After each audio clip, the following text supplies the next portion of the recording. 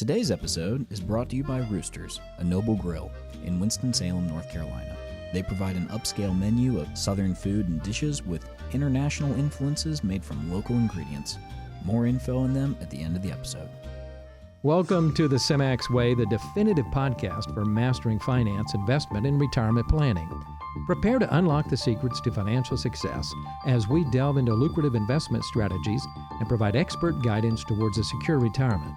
With over 20 years of experience, Semmax Financial Group has been dedicated to serving investors, and through this podcast, we aim to empower you with the knowledge to maximize your savings and achieve lasting financial freedom the Semmax way. Whether you're a professional finance enthusiast, a high net worth individual, or part of a sophisticated investment group, this podcast is tailor-made for you. And now, here is your host, Matt Landon, financial advisor for Semmax Financial Group and licensed CFP. Hello and welcome to yet another episode of the Semmax Way. I'm Matt Landon, I am a CFP, and I'm joined by Mr. Kyle Leonard. Yes, thank you so much for having me, Matt.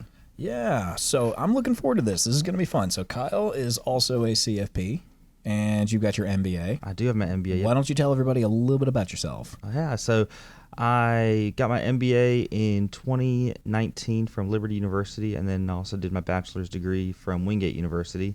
I played golf actually all 4 years in college. Not good enough to turn pro, so that's why I'm talking to you. Oh, fair enough. All right. Well, it's okay. I think there's a lot of folks out there that golf but aren't good enough to turn pro. Yeah, it's a large. It's a minority that make it there. But I'm kind of glad you didn't, because that means instead you fell into this financial advising world, and I'd argue you're quite good at that. Oh.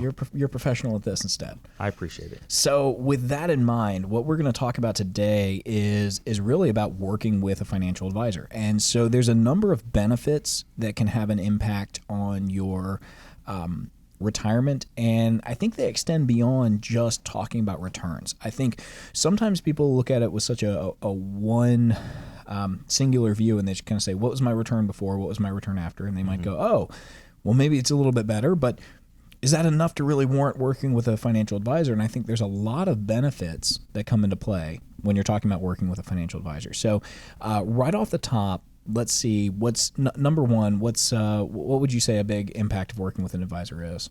Yes, the biggest impact I would honestly say working with one of us, especially a certified financial planner, is really that objective opinion. Having someone that's not emotionally tied to the accounts, that can give you a professional objective opinion about what you need to do and what steps you need to take to make sure you can achieve your goals and objectives in the most efficient and effective way possible. I'm going to agree with that, but I'm also going to piggyback off of it just slightly, because I think in order for you to be objective, you can't have skin in the game, if you will. And I think that's where working with a fiduciary, someone who is fee-based but isn't going to get, a massive commission if I can talk you into using this mutual fund or something like that. Yeah. I would argue that that making sure you're working with a fee-based advisor and a fiduciary is going to go a long ways towards being objective. Yes. Let's talk about that word fiduciary. Please. It's one of my favorite words that I don't fully understand. No, I'm kidding. I know what it is, but a lot of people don't. Yeah. So let's dive into it. Yeah. So being a fiduciary, especially for Matt and I think all of our advisors here at Semmax, being certified financial planners, is we have to make sure that we are taking into account our clients' best interest ahead of anything else, making sure that we are doing right by them. Absolutely. And so I think that's the biggest thing when it comes to the financial advice and working with a financial advisor. I think, what's right for the client has to come first. Absolutely. And we're held to certain standards. It's not the same thing as HIPAA, where, you can't share personal confidential information from a medical standpoint. Yep. Well, we're held to the similar kind of thing. You can't share personal information from a financial standpoint. So I can't meet with, let's say, your parents, and then you walk in and go, hey, how is Dad doing? What's my inheritance look like? Yeah. I can't share that. Right? I wish I could get that. Yeah, it'd be nice to know that, right? Absolutely. Well, oh my gosh. I can't tell you I can't even tell you if they're clients or not, right? but here's the thing. That's one aspect of making sure the clients are taken care of. It's like, I don't want my personal information blabbed about. I don't want to work with somebody who's who's just looking at me from a what kind of commissions can I get from this person. I don't want to work with somebody who is completely disinterested in my situation. So even though you say objective, I agree with that. You want to be objective from the sense of you're not financially incentivized to try and push someone one way, and I'm not just completely loosey-goosey with everything, and I don't care about anything, so we're just going to share all this information. It is something where you say, okay, I don't have an emotional tie to try and push you in the wrong direction. Yes. And that can also come into play with market returns, Yes. right? Oh, absolutely. So it's like that dispassionate, able to look at things and say, okay, how's the market doing? Is this an emotional reaction or not? Mm-hmm. So let's talk about that a little bit, because I think risk can be a very dispassionate conversation, but also it's a very emotional conversation too. And you can't eliminate the emotions from the investment strategy. So as a fiduciary, how do you hold these two things and strike that balance? Yep. I think the biggest thing when I'm looking at it and when I'm working with clients is figuring out what their goals are and then trying to match their objectives and their risk to those goals. If a client comes and says, hey, I really want to retire in Europe and I'm going to need $150,000 a year, but you don't have that, we might need to take a little bit more risk to get those returns to achieve that goal. On the flip side, if you're someone who's already saved up enough, maybe you don't need those returns as much, and we can look at ways to do longevity planning. We can do estate planning. So the risk really is looking at what are the goals and then matching the risk that we need to achieve those goals. And I would even say, going one step further with that, is like understanding what your goals are and helping someone achieve them is essential, right? But I would also argue that working with someone who's able to give you the hard truths and maybe share whether that goal is realistic or not, and kind of bringing someone back down to reality, or even going the other way and saying, listen, I know you're really scared. I know you're really nervous. You are going to be fine, and you can take that trip to Europe. You know, it's like it can go both ways. Oh, yeah, it can. I think that's the biggest thing, especially in the time that we're in right now, where there's so much volatility in the market. Right. It's really putting a lot of pressure on people, and it's putting a lot of pressure on our clients to make sure that they're not only staying invested, but that they're not taking it too emotionally. And so I know that's conversations I'm having on a weekly, daily basis with clients, is seeing, okay, even though we've had, some bad moments, it's not doing any harm to your portfolio. We've already stress tested it. We've already built these measures in place to protect it and to make sure that it's a good quality portfolio. Yeah, and so that's where I think if you were going to take maybe what we've talked about over the last couple minutes and sum it up, I would say one thing would be, you could maybe lead off with saying it's, you want to call it emotional support or maybe rational decision making. Psychologist. Some days I feel more like a marriage counselor than I do anything else. Absolutely. Oh my goodness. Or a financial psychologist. Yeah. There you go. And I think helping with that healthy emotional regulation and understanding that your finances are a deeply emotional conversation. It's like the things that happen to you as a child, the things that happen to you in your working years, that's very formative for how you view money. Yep. I mean, that can't go understated. I can speak to that personally. I grew up as a pastor's kid. Yeah. Well, at no point in time did we not have food on the table. But there were multiple times when, what did we have? We were eating leftovers from the potluck that we had at church because we were taking all the leftovers and that's what we were eating for days. We always had food on the table, but it was tight. There were times where it was really tight. Yep.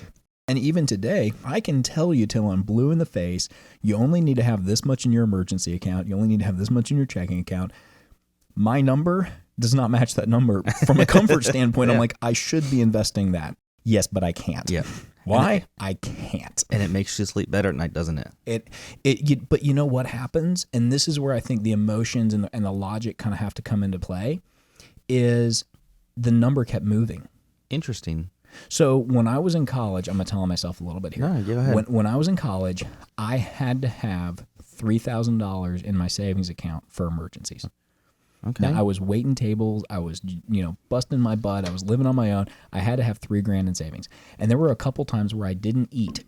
because I didn't have any cash to spend on dinner, and that did not constitute an emergency. That didn't constitute an emergency? Didn't count. Not that you could eat? Nope. Okay. Wasn't an emergency. Emergency is like, well, what if I get a flat tire, or what if something happened? It was like, that was for real emergencies. Okay. I was like, I work at a restaurant. I'll eat tomorrow, or I'll just skip breakfast and lunch, and I'll grab some rice and egg drop soup because I was working at P.F. Chang's at the time. Yeah. No, seriously. Yeah. That was me. Didn't count as an emergency. But as you get older, that 3,000 turns into 5,000. That 5,000 turns into 10,000. And you just keep thinking, well, once I hit this number, I'm going to be happy. then I'll be okay. Yeah, then I'll be happier. Then I'll feel secure. Yeah. And what happens when you hit that number is you're like, don't feel any better. Maybe if I just had another $5,000, it doesn't fix it. Yeah. Right. And that was something I had to address. And now I keep a certain amount in, but I don't let it get beyond that, because my instinct would just be like a little dragon. Just a little dragon. You're hoarding it, and you Yep. go, I know that low interest bearing savings account is not where I should have this much money. But it's Right? nice to have it there. But it's nice to have it there. Yep. That's where even your financial advisor sometimes could use a financial advisor. Absolutely. Absolutely. You talk about that, and I would think the same thing for myself, having 4 kids. So I didn't mention that in the about me, but I also have 4 kids, 11, 7, 5, and 1. After each kid, it's almost like we need a little bit more in savings. I probably don't, but it's nice to have. It is something where you kind of go, well, if something happens, Yes. we just want to make sure there's just- enough. It We just helps want to you make sure sleep there's better at enough. night. Absolutely. Well, and you're paying for swim lessons and all kinds of stuff. Now golf lessons. Yep. Yep. Oh man, It doesn't stop. It just gets Yeah. more expensive. More expensive and ongoing. So I think that is also what kind of comes into, like, when we're talking about not just that emotional support and rational decision making, but there's that customized long-term strategy, right? Yes. Just sitting here, the two of us, you've got 4 kids. I have no kids. If the Lord says we're going to have kids, it happens. But in the meantime, we don't have kids.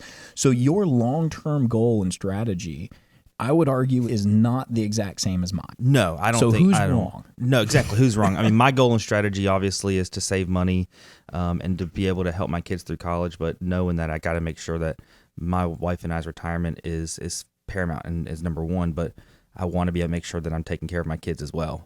Yeah, and then that also falls in alignment with your risk tolerance and saying, so what are we trying to accomplish? Well, one, we need to have the retirement plan where we want. We also need to have college funding. We also don't want to take an undue amount of risk. And I'm assuming you and your spouse are not on the exact same page.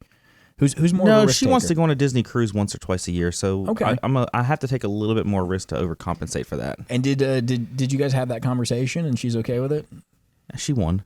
All right, fair enough. No, but in all honesty, it is kind of trying to figure out kind of that balance between how do we still operate and live as a family and do the things that we want to do while also making sure that we try to achieve these goals that we've set ourselves to, and having the risk that we need in our investments to get us there. And I think that also ties in with the holistic approach, because a financial advisor might be talking to you about having a customized long-term strategy, but they're only looking at the financial piece. I think when you take a holistic approach, there's more to it than just how is your 401k managed, how is your IRA managed, how is your Roth managed. Oh, absolutely. What else will you got to be taking into consideration? Yeah, we need to be taking into consideration kind of your lifestyle. We need to be taking into consideration, what do you want your retirement to look like? Is it one of those where it's kind of, I have clients that just, in their words, we're just homebodies. We go to antique shops, and our one vacation a year is to Pigeon Forge. They don't spend a whole lot of money.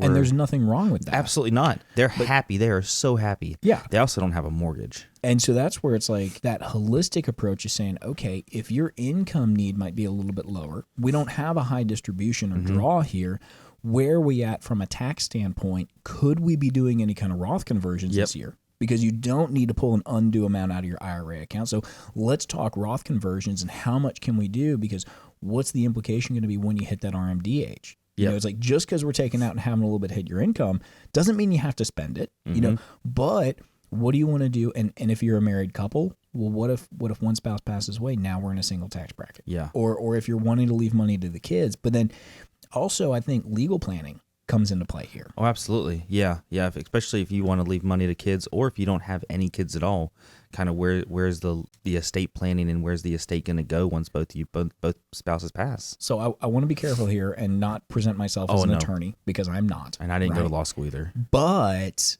I've heard this said a lot, and this is something I think you should talk to your attorney about, but you should also be talking to your CFP and your CPA, right? So you should be talking to your financial planner, your attorney, and your tax preparation guy as well.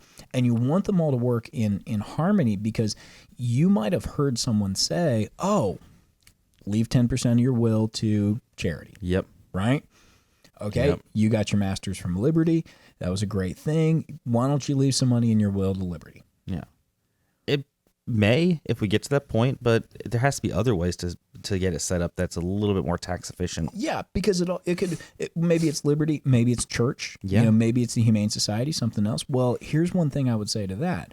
The money inside of your will, that's money that's coming from the sale of the house. That's money that's coming from, checking and savings that don't have named beneficiaries. That's just general estate, Yep. right?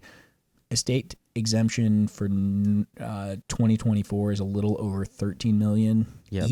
each, right? So Yes. talk me through the portable kind of that aspect. Yeah, so as a married couple, you can pass on just a little over $26 million before you even have to consider and worry about estate or gift taxes. So what I love about that is if you are taking money out of your estate and you're leaving, let's just say your estate's $1 million. Let's just keep it really easy, really round. We are well under that $13 million for an individual or $26 million for a couple, right? Well under it. But that means if you're leaving $1 million and you say, I want to leave 10% to a charity, that means you're leaving $100,000 to charity. Yep. Now, if you left that $100,000 to your kids, what are your kids going to walk away with? $100,000. Now, what's the charity going to walk away with? $100,000. But if you leave $100,000 out of your IRA to your kids, Yep. they got to pay. They're walking with about $77,000. Yeah, because they got to pay federal, they got to pay state. So you might leave them $100,000, but net they're coming away with anywhere from $72,000 to $77,000. Yep. So if you left that same $100,000 out of an IRA to a charity, let's say it's the church, Yeah. They're walking with $100,000. bingo. Yep. So that's the kind of thing where it's like, I'm not trying to tell you how to have your will set up. Talk to an attorney. I am not giving you legal advice. I'm not telling you how to have your estate set up. I'm not telling you how to have your taxes done. But a financial advisor can have that conversation. And that's why I think it's so important to have the holistic approach. Yep. Talk through, what do you want from an estate standpoint? What do you want these dollars to do? Because right there, think about it. You could leave $110,000 out of your IRA to the church, and your kids still walk away with more money in their pocket. Yep. Absolutely. How is that not a win-win? From a legacy standpoint, I feel like you're getting everything all that you want. Yeah. So when we talk about that holistic financial approach, that's what I'm preaching. That's what we're talking about here, is how can we have that holistic view that says not just what are we doing from an income standpoint. That's where we start. Yep. You got to start with income, because when you step into retirement, if you don't have paychecks, that's a concern, right? Yeah. If the paychecks aren't coming from work, where are they coming from? Yeah. But beyond that, what are we trying to accomplish? What are we really trying to get these dollars to do? And that's why your long-term plan has to be customized. That's why you want to be working with a fiduciary who has your interest in alignment. They're saying, what do you want to do? How do we best accomplish it? Yeah. That's why you have to be taking a holistic approach, because in my mind, if you're only looking at the investments from an investment standpoint and we're not considering what you're trying to do with these dollars, it feels like you're missing part of the equation. Yeah. Yeah. You absolutely are missing some, at least part, if not all, the equation, because I think as financial planners and as a fiduciary, we want to make sure that we're doing right by our clients. And if we're not having these discussions, we're not doing right by our clients. Absolutely. Yeah. And this is where I think when we talk tax optimization, I think that is a key component from an investment planning perspective, Yeah. from a retirement planning perspective, that entails not just, are we trying to give our money away to charity? Because not everyone wants to give their money away. Yeah. Right? Yeah. But even, which account should I be more aggressive in, my IRA or my Roth? Yeah. Now, what difference does that have to do with taxes? Yeah. Well, I mean, your IRA is definitely going to be pre-tax. Correct. Your Roth is always going to be post-tax. So if you can get one account that can always grow tax-free, you definitely want the most aggressive portion of your portfolio in that Roth IRA. So any growth is completely tax-free. So what you're saying is if I have 2 buckets of money and one of them, every penny I make, I have to pay taxes on, and the other bucket, every penny I make is tax-free, you're saying you should be more aggressive with the tax-free money. Absolutely. And I agree. But I would say one aspect is because I can let it grow. I want it to grow faster because I want the tax-free to be growing faster. Yep. But the other perspective is if I need some of this money to live off of, well, do you guys think taxes are going up or going down? Oh, they're definitely going up. So should we be more conservative with the money we need to pull from today? And I'd be pulling from the taxable bucket now. Go ahead and get that money. Start paying the taxes while you're at a lower tax rate because we know it's going higher. So that tax-free bucket, we're not touching it for a while. Yep. We have a longer time frame. Yep. So even though you're in retirement, you still might be looking at it saying, I don't need these dollars today. I need them, just not today. Yep. Right? And especially if you're a married couple, married filing joint, best tax bracket. Yeah. What's the worst tax bracket? Single. What happens when one spouse passes away? You go back down to single. So there you go. So it's like, well, when were we going to need these dollars? Hopefully not anytime soon. Yeah. But at some point, right? That's just an example of the tax optimization piece that your advisor needs to be considering. I'll give you another one. Think about annuities. Now, I'm not going to beat up on annuities. I think they have their place. I think there's circumstances and there's positions where it makes sense to use it. Mm-hmm. Absolutely. And I would even say there's cases where you want to put non-qualified or non-qualified for tax-deferred status. That's a huge mouthful. What's that? That's after-tax money. It's some tax money. Yep. Right? I've got a big chunk sitting in my savings account. It's not in an IRA. It's not in a 401k. I want to invest it. That's your non-qualified dollars. Yep. Right? Biggest advantage of an annuity. What do people keep preaching? You don't have to pay any taxes on the gains until you take the money out of it. So you get that tax deferral there on the annuity. Absolutely. Yep. And that can be a huge advantage. And there's cases where I would actually advocate for that. Mm-hmm. But the biggest downside of that is you don't get a step up in cost basis if someone passes away. No. So you lose that. You don't pay long-term or short-term capital gains. You lose that. You pay at income tax rates. Yeah, pay the income tax, ordinary income. And if income taxes are going up, so if I want some of these dollars to be more conservative, if I don't want to take too much risk on some of them, I'm more inclined to say, well, let's carve off some of that IRA, put that into the annuity, take some of those non-qualified dollars, we can be a little bit moderate with it. Yeah. We can be more aggressive with the Roth. Yeah. You have 3 buckets of money, but it's not based on how you invest, it's all based on taxes. Absolutely. Because I think that's the biggest thing is taxes. And I would also say, with taxes, there's a good bit of planning we can do, and then there's also an aspect of unexpected. Yes. Because the government can just change the rules on us at any point in time. With very little notice. And that's where I think that preparation for the unexpected, that's another key component that working with an advisor can be to your benefit. Oh, 100%. I think that's the biggest thing, especially when you go through market fluctuations, kind of going back to the whole tax optimization. But back in 2022, it was a fantastic year for tax loss harvesting, but that only came about because the market was down quite a bit. So that was a lot of the preparing for the unexpected and then also taking advantage of the tax implication and the tax strategies that we could put into place for clients was huge. But when you're looking at preparing for the unexpected, I think the biggest thing is really looking at ways to have an objective approach and making sure that you're always thinking about what's the worst case scenario here. Best case is always great. Best case scenarios always work out. It's always the worst case scenarios where there's issues. So what you're saying is worst case scenario, I'm 3 years out from retirement. I just got laid off. Now what? Exactly. Now what? Do you have to go back to work? Do you have enough saved up? Or if I go back to work, am I going to be making enough money to still get me to where I wanted to be in retirement? Or even the unexpected, you suffer some kind of property damage or unexpected thing where I'll give you a real life example. We had a toilet that all of a sudden it was leaking. Oh, you told us about this. This was crazy. As we need a $6 rubber gasket, turns into we need a new toilet, turns into we need a new toilet flange, turns into before you know it, we're at over $3,000. And homeowners insurance did kick in a little bit of it. Oh, that's good. Yeah, the total bill when it was all said and done was about $3,400. Oh, and homeowners insurance covered $820. Better than nothing. It's better than nothing, but that's $2,600 I was not expecting to spend on a toilet. Yeah. Right? Yeah. And that's the kind of thing where it's like, have you built unexpected things into your plan, because the reality is something will happen. Yes. Whether it's an unexpected toilet problem, whether it's a car accident that whether it really was your fault or not, they're coming back and they're saying it is, Yep. and insurance isn't covering it, or you've got a down payment or anything. Whether it's I had my next door neighbor was telling me he just came back from a trip. They went down to the Florida Keys, had an amazing time.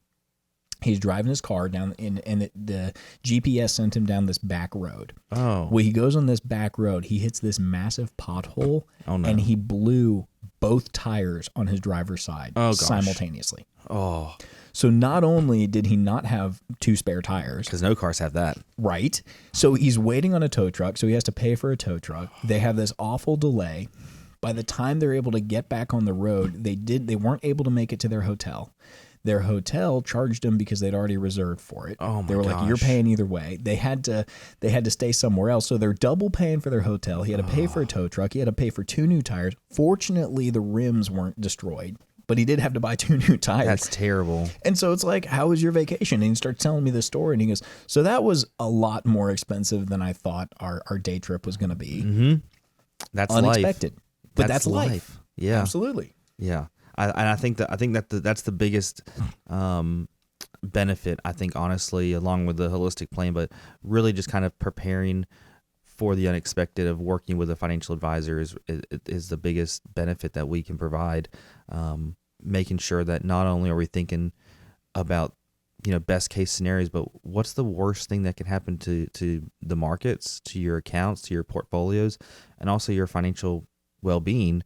And then modeling it to show our clients what can happen, so they can kind of see, okay, the guys over here at Semmax, they're actually looking out for us. They're not just taking it and investing it and not looking at it. We're constantly monitoring it to make sure that we're looking out for our clients' best interest. And I think part of that is having that long-term relationship. Yes. Right? It's like the more you work with somebody, the more you really get to know them, the more you really get to trust them. And that trust aspect, I think, is key. And I think trust is something that has to be earned. It has to be built up over an amount of time. I think there are ways to earn it. I think one of the ways is showing what you're talking about. Yeah. Definitely providing value, doing the things you say you're going to do. But along with that also is like having that longer term relationship and understanding, I know not just what we've talked about, but I know who you are, how you are. It's like, and they know, like your client knows you. Like when I look at you, I know what matters to you. I know what's important to you, right? And I'm speaking to you specifically, Kyle, at the moment. Yeah, absolutely. It's like, because we've had a lot of conversations about it. It's like, and I would hope when I'm sitting down with people, they know when I talk about my faith, this isn't something where I'm just paying lip service. This is something that's very important to me. This is something that's very, very, very passionate, that I care deeply about. And I strongly believe when the Lord has blessed you, you want to be a good steward of what you've been blessed with. Yeah. Yeah. And that's something that I think there's no substitute for just that relationship aspect. I think that's so important. Oh, I think that is a huge part of our business, is making sure that we are looking out for our clients, but also managing the relationship aspect of it. We can look at accounts, we can look at computer screens all day, but our clients don't want us to do that. They want to make sure that we're engaging and that we're looking out for what they want, and then also knowing their situation and understanding their lives. So the company mission that we have is ensuring our clients can focus more on their lives and less on their money. And I feel like that's borne out by understanding what your concerns are, ensuring you have a plan that's looking at things from that holistic approach, that's looking at things from a fiduciary mindset, that's considering taxes, that's considering risk, that's considering estate planning, that's considering long-term care concerns, that's considering what are your dreams and your goals and your desires. And then helping put that comprehensive package all together, bundling it up all together. So that way on a day-to-day basis, when you see the market goes up or down, you're not concerned because you're taking the appropriate amount of risk. Absolutely. Now I will say, you mentioned a lot of different things in there: long-term care, investment strategies, annuities. just because we look at it doesn't mean we'll recommend it to everybody. We will always look to make sure that, is it the right situation? Is it the right fit? And it may not be. And if it isn't, we won't recommend it because it's not right for a client. Oh, I agree. But we always will look at it to see if it fits. Well, and that's where I know I've used this analogy before. And so I hope you'll indulge me if I used it again. But when you guys had your third baby, yeah, you got 3 kids. Did you ever have to change vehicles, or were you we went from a Nissan Pathfinder to a minivan. Why a minivan? You ever had one of those doors that open sideways? You don't have to pick anybody up. You just walk right in. Mm-hmm. It's fantastic, and it gives you more space. So here's where I'm headed with this. You know what the number 1 selling vehicle in America is? The Ford F-150. That's it. Yep. Extended cab seats 5. Yeah. Why not get one of those? Mainly because my wife would kill me if I came home with a minivan. I mean, with a Ford F-150, she would absolutely probably murder me saying, how are we going to fit 3 kids in the back of that? So what you're telling me is even though a Ford F-150 can comfortably seat 5, yeah, and even though it's the number 1 selling vehicle in America, and you had a family of 5, it was the completely wrong and inappropriate vehicle for your situation. 100%. So does that mean an F-150 is a terrible vehicle? No, not a terrible vehicle. Just wasn't right for you. Yeah, would not have been a good vehicle for what we needed. Bingo. That is my opinion on long-term care. Mm-hmm. That is my opinion on life insurance. Mm-hmm. Honestly, that's my opinion on the stock market. Yeah. There are cases and times where you look at it and you go, this is the perfect investment vehicle for you. And there are times and cases when you look at it and you go, why would you ever put your money into something like that? Yeah. And I think it's situationally dependent. It's personality dependent. I know my wife, she told me, she's like, I will never own a minivan. She said, if we have 4 kids, you better get used to me driving around in a Suburban because I won't have a minivan. Yeah, right? My wife didn't she liked the minivan. I appreciated the minivan. She did not like it as much. She loves her Suburban now, but it's the right car. I did not know you had a Suburban. We have a Suburban. So your wife and my wife, yes. Kristen, she would be like, we're friends. Yeah. We're on the same page. I love the minivan. That was so practical. I have no problem with the minivan. Yeah. You know, my grandfather, he passed away at the age of 86 years old, and he had minivans for probably 30 years of his life. Yeah. The last 30 years. He loved how it was covered. You could store stuff. You could stow the seats. Absolutely. You could put 4 buddies, and you could all pile your golf clubs in there, and everybody could go golfing together. Oh, it's great. It's a great car. Big fan. Yeah. So yeah. I don't hate minivans, but again, if you're looking at it and you're going, hey, I just bought a 5th wheel. Yeah. Minivan's not going to tow that. Yeah. Not to get off topic. Again, talking about the right fit, the Suburban now is the right fit because as we had a fourth child, if we go on trips, the luggage gets bigger and bigger, and now we need a bigger trunk space. Makes sense. And where the minivan, it was very limited a trunk space when you have all 3 rows up. Yeah. And so again, what fits for the situation and what do we need, and that best fits our family. And so that's where I feel like you might think, okay, what does a minivan versus a pickup truck versus a Suburban have anything to do with my retirement planning? What are these guys talking about? We didn't go off on a tangent, I promise. No, we didn't. I think it applies perfectly because what that's illustrating is that what one person might love, another person might not love. And also thinking about that minivan, there was a point in time where you were like, we don't need a minivan. And then you went, this is the right vehicle for us. And then your situation changed and you said, there's nothing wrong with that minivan. I still like it, but it no longer serves that same purpose of what I was trying to accomplish before. Yep, absolutely. And I think that's where, when we're talking about retirement planning, what gets you to retirement is not necessarily the same thing that gets you through retirement. Yeah. So the type of risk you're taking, the type of investing that you're doing, the way you have your funds comprised, if you're a high income earner and you're a year away from retirement, yes, let's be stuffing that money pre-tax and try and get it as low as possible. But if your taxable income is incredibly low and we know where taxes are headed, maybe we should be doing Roth conversions and raising your income this year. Wait, that's the opposite of what I've always tried to do. Well, that's because what got you here was great, but now let's capitalize on low interest rates. You know, let's look at where we stand at the moment. So what I hope you take away from this conversation that we've been having, which I've thoroughly enjoyed. I hope you've enjoyed as much as I have. This has been great. Yeah, and Kyle, I think we're going to have to get you behind the mic more often. You're a natural. Oh, thank you. With I appreciate very little that. preparation, I just said, Kyle, we're doing a podcast today. And he went, okay, let's do it. What topics have you got? And I think that actually speaks to something really, really key here is the things we've been talking about today. The reason this was such an easy conversation is because these are the things we do each and every day. Yeah. It wasn't like I'm hitting you and you're like, I have no idea what you're talking about. It's like this. It was just like, Kyle, what do you do for your clients? What do you do as a fiduciary? How do you take care of people as a CFP? Go. Yep. This is exactly the stuff that we do on a daily basis. Yeah. Yeah. So I would say two things. One, if you're hearing this kind of conversation and you've never worked with a financial advisor before, I would say it never hurts to sit down, have a conversation, and kind of shop around a little bit. Mm-hmm. I would say it probably makes sense to talk to more than one person and understand kind of where things stand, right? Yeah. And then if you have a financial advisor, if you're working with somebody, again, it never hurts to get a second opinion. And if you're hearing some of the things we're talking about and you go, wait a minute, when you were talking about that estate planning piece, my guy has never talked to me about that before. Yeah. For me, that's a bit of a red flag.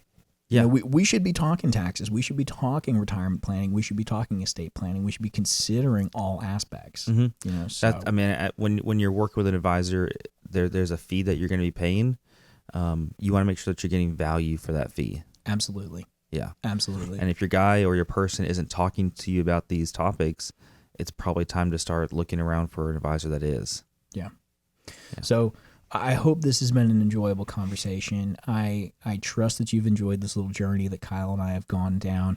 I know it was a little bit of a rabbit trail, but if I was going to sum it up, I've been trying to kind of take a little bit of notes here. If I was going to bullet point it out, I'd say you need a customized long-term strategy. You need a holistic financial approach. You really got to have that retirement planning piece kind of knocked out and the different aspects that it comes into. You want to be prepared for the unexpected. Emotional support. Oh, yeah. The decision-making piece. I think you want somebody who can provide that. And the best way to get that is with a long-term relationship with somebody that you trust. Yeah. And then the last thing is probably taxes, right? Yeah. I mean, that's something that we can't avoid. I think someone said something about that a long time ago. There's only 3 things in life that are certain. It was death, taxes, and statistics. Oh, I like that. Yeah. So, I mean, we can't get away from taxes, but how can we find a way to optimize it in our client's best interest? Absolutely. Well, I hope you've enjoyed this talk. I hope you've enjoyed this journey. We're going to keep doing these things. I hope you get value out of them. Take some time today. Do something that energizes you. Do something that refreshes you. I hope you're not sitting there stressed and worried about your finances. If you are, pick up the phone, talk to your advisor. Heck, pick up the phone, talk to us. But the way we did this conversation is the way we try and do everything holistically and with your needs in mind. And that, I feel like, is the Semmax way. Thanks for joining us for another episode of the Semmax Way. If you're not completely satisfied with your current financial advisor, give us a call for a second opinion. Please note that this podcast is intended for informational and entertainment purposes only. The content shared on the Semmax Way should not be considered as investment advice. It is always recommended to consult your licensed investment representative and a competent tax advisor, respectively, for your fiduciary needs and plans. No statement contained in the Semmax Way podcast or made by its producers, sponsors, host Matt Landon, or Semmax Financial Group is a recommendation. Semmax Financial Group and Matt Landon are not responsible or liable for investment value loss of any kind from any action taken based on information discussed in the Semmax Way podcast. Any opinions or viewpoints in this podcast are shared for information and entertainment purposes only and are not financial advice. We do encourage you to conduct further research and seek personalized advice for your specific financial circumstances. Full disclosure available at semmax.com/podcast. Thank you for joining us, and we look forward to having you tune in for future episodes of the Semmax Way. I'd like to pause a minute and just express our gratitude to our podcast sponsors, Noble's Food and Pursuits. This renowned restaurant group has been serving the community for an impressive 40 years, starting with Jim Noble's original restaurant, J. Basil Noble in High Point. Over the years, their passion for hospitality has flourished, leading them to expand into a diverse collection of 9 restaurants, a retail bakery, and a catering company. Today, we want to shine a spotlight on one of their beloved establishments, Rooster's A Noble Grill, which has been proudly open for 31 years right here in Winston-Salem. Now, Roosters is known for its commitment to offering a seasonally inspired, regionally cultivated menu featuring mouth-watering wood-fired meats, poultry, and vegetables. If you're looking for a delightful dining experience, they also host monthly wine dinners and provide live music on their inviting patio every Tuesday night. Now, make sure to pay them a visit at 380 Knollwood Street, and to secure your spot, head over to theroosterskitchen.com and make a reservation. Again, that's roosterskitchen.com.